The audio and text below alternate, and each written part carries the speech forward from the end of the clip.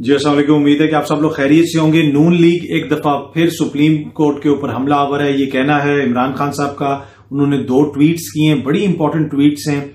کیا کہا ہے انہوں نے وہ میں آپ سے شیئر کروں گا۔ اظہر مشوانی صاحب واپس آ گئے ہیں، کچھ امپورٹنٹ ڈیٹیلز ہیں وہ بھی آپ کو بتاؤں گا، اور اس کے علاوہ کچھ مزید خبریں ہیں، کوشش ہوگی کہ وہ بھی آپ کے ساتھ شیئر کی جائیں۔ اچھا، سب سے پہلے خان صاحب نے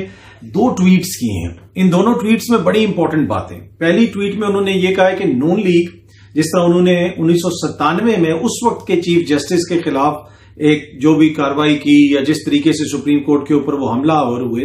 اسی طرح دوبارہ وہ اس وقت سپریم کورٹ کے اوپر اور سپریم کورٹ کے چیف جسٹس کے اوپر حملہ آور ہیں، جس کا بنیادی مقصد یہ ہے کہ ان کے اوپر دباؤ ڈالا جائے، اور کیونکہ وہ یہ لوگ جو ہیں انتخابات میں جانے سے خوفزدہ ہیں، یہ بنیادی وجہ ہے، یہ انتخابات میں نہیں جانا چاہتے اور یہ سپریم کورٹ کو انڈر پریشر لانا چاہتے ہیں۔ اگر میں تھوڑا سا آپ کو پڑھ کے سنا دوں خان صاحب کی ٹویٹ کہ نون لیگ نے جیسے 1997 میں نواز شریف کے خلاف توہین عدالت کی درخواست پر سماعت کرنے والے چیف جسٹس سجاد علی شاہ پر حملے کے لیے سپریم کورٹ پر دعویٰ بولا، ویسے ہی ایک مرتبہ پھر سپریم کورٹ اور چیف جسٹس کو دھمکا رہی ہے کیونکہ انتخابات سے خوفزدہ ہے۔ میں چاہتا ہوں کہ ضرورت پڑنے پر پوری قوم آئین، جمہوریت اور قانون کی حکمرانی کے دفاع کے لیے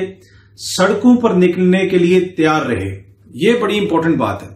انہوں نے واضح طور پہ یہ بتا دیا ہے کہ ایک تو جناب یہ حرکت ہو رہی ہے، اور اگر یہ ہوتا ہے، اسی طرح چیزیں آگے بڑھتی ہیں تو ہم بھی سڑکوں پہ آنے کے لیے تیار ہیں، ہم احتجاج کریں گے۔ اور ساتھ انہوں نے آگے یہ بھی بات کی کہ میری اپنی وکلا برادری سے خصوصی اپیل ہے کہ آئین، پاکستان، قانون کی حکمرانی کے تحفظ کے لیے اسی طرح آگے بڑھ کر کردار ادا کریں جیسے انہوں نے 2007 کی وکلا تحریک کے دوران کیا۔ تو یہ 2 اس میں میسیجز ہیں، ایک تو یہ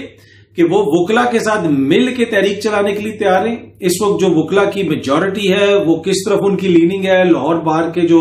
انتخابات ہوئے آپ کو پتا ہے اس میں پینل جو جیتا اس کو کس کی سپورٹ حاصل تھی، اور اس کے ساتھ ساتھ خان صاحب یہ بھی کہہ رہے ہیں کہ میں عوام کو بھی یہ کہتا ہوں کہ اگر سپریم کورٹ کے ساتھ کوئی اس قسم کی حرکت کرنے کی کوشش کی گئی تو آپ سڑکوں پہ باہر نکلنے کے لیے تیار رہیں۔ تو اٹ مینس کہ وہ اپنے ووٹر سپورٹر کو یہ کہہ رہے ہیں کہ وہ اس معاملے کے اوپر سڑکوں پہ آئیں گے، پھر احتجاج ہوگا سڑکوں کے اوپر، پھر آئین اور قانون کے مطابق جو بھی آپ پرامن احتجاج کر سکتے ہیں وہ آپ کریں گے۔ اور اس کے ساتھ ساتھ پھر وہ وکلا کو بھی کہہ رہے ہیں، اس لیے کہ 2007 میں کوئی وکلا نے بیٹھ کے صرف کوئی قراردادیں نہیں پاس کی تھی، ایک سڑکوں پہ تحریک چلی تھی، اور وہ تحریک سب کو یاد ہے ابھی تک۔ تو کیا اس قسم کی کوئی تحریک چل سکتی ہے؟ حالیہ دنوں میں جس قسم کے حالات پیدا ہو رہے ہیں، اگر وکلا کی تحریک ہو اس کے ساتھ پی ٹی آئی والے بھی شامل ہو جائیں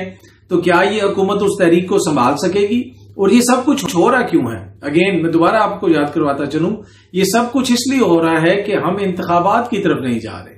کچھ لوگوں کی خواہش ہے جو حکمراں ہیں کہ جناب انتخابات میں نہیں جانا، تو وہ کبھی ایک نقطہ اٹھا دیتے ہیں، جناب فل کورٹ بنا دو، فلانا کورٹ بنا دو۔ بھائی جو بنیادی چیز ہے انتخابات کیوں نہیں کروا دیتے ہو؟ انتخابات کروائیں، فل کورٹ بنے یا جون سے بھی بینچ بنے۔ اینڈ آف دا ڈے جو مین ایشو تو یہ ہے کہ جناب آپ نے انتخابات کروانے یا نہیں کروانے۔ پر یہ جناب خان صاحب نے واضح طور پہ انڈیکیشن دے دی ہے، میں دوبارہ آپ کو پڑھ کے سناتا ہوں کہ جناب میں چاہتا ہوں کہ ضرورت پڑنے پر پوری قوم آئین، جمہوریت اور قانون کی حکمرانی کے دفاع کے لیے سڑکوں پر نکلنے کے لیے تیار رہے۔ تو یہ بالکل وہ واضح طور پہ کہہ رہے ہیں، جو ہماری بھی ان کی لیڈرشپ سے بات ہوئی کہ اگر اس قسم کی کوئی چیز ہوگی تو پھر ہم وکلا برادری کے پیچھے کھڑے ہوں گے، جو بھی تحریک چلے گی ہم سڑکوں کے اوپر تحریک چلائیں گے۔ اچھا، ایک اور چیز جو میں آپ سے شیئر کرنا چاہتا ہوں، یہ بھی بڑی امپورٹنٹ ہے۔ اظہر مشوانی صاحب گزشتہ 8 روز سے لاپتہ تھے، ان کے سارے دوست بڑے پریشان تھے، ان کی فیملی بڑی پریشان تھی، حال ہی میں ان کی شادی بھی ہوئی تھی، ان کی اہلیہ پریشان تھی، پوری ان کی فیملی بہت پریشان تھی۔ اب وہ اپنے گھر واپس آ گئے ہیں، ان کو کیا ان کے اوپر گزری، ان کو کہاں رکھا، اس حوالے سے تو کوئی زیادہ میرے پاس تفصیلات نہیں ہے، لیکن یہ میں آپ کو بتا سکتا ہوں کہ اظہر بالکل ٹھیک ہے، اظہر کی صحت بالکل ٹھیک ہے۔ اظہر کے اوپر جو میرے پاس اطلاعات ہیں کہ کسی قسم کا کوئی تشدد نہیں کیا گیا اور وہ خیر خیریت سے ہے۔ باقی مزید کیا تفصیلات ہیں، میری اظہر سے براہ راست بات نہیں ہوئی، کسی کی اس سے ملاقات ہوئی ہے اور اس ملاقات میں بریفلی انہوں نے اس سے بات کی ہے، تو ان سے میری بات ہوئی اور انہوں نے مجھے یہ انفارمیشن دی کہ وہ ٹھیک ہے، بات چیت بھی بالکل ٹھیک کر رہا ہے، تشدد اس کے اوپر کسی قسم کا کچھ نہیں ہوا۔ وہ کہاں تھا اس حوالے سے وہ کہتے ہیں ابھی مجھے نہیں پتا، مجھے یہ نہیں بتایا گیا، لیکن یہ بڑا امپورٹنٹ تھا کہ یہ چیز میں آپ کے ساتھ شیئر کروں، اور یہ اچھی نیوز ہے کہ اظہر مشوانی صاحب واپس آ گئے ہیں گھر۔ اچھا، ایک اور چیز جو ہے وہ اگین بڑی افسوسناک اور دردناک قسم کی ہے۔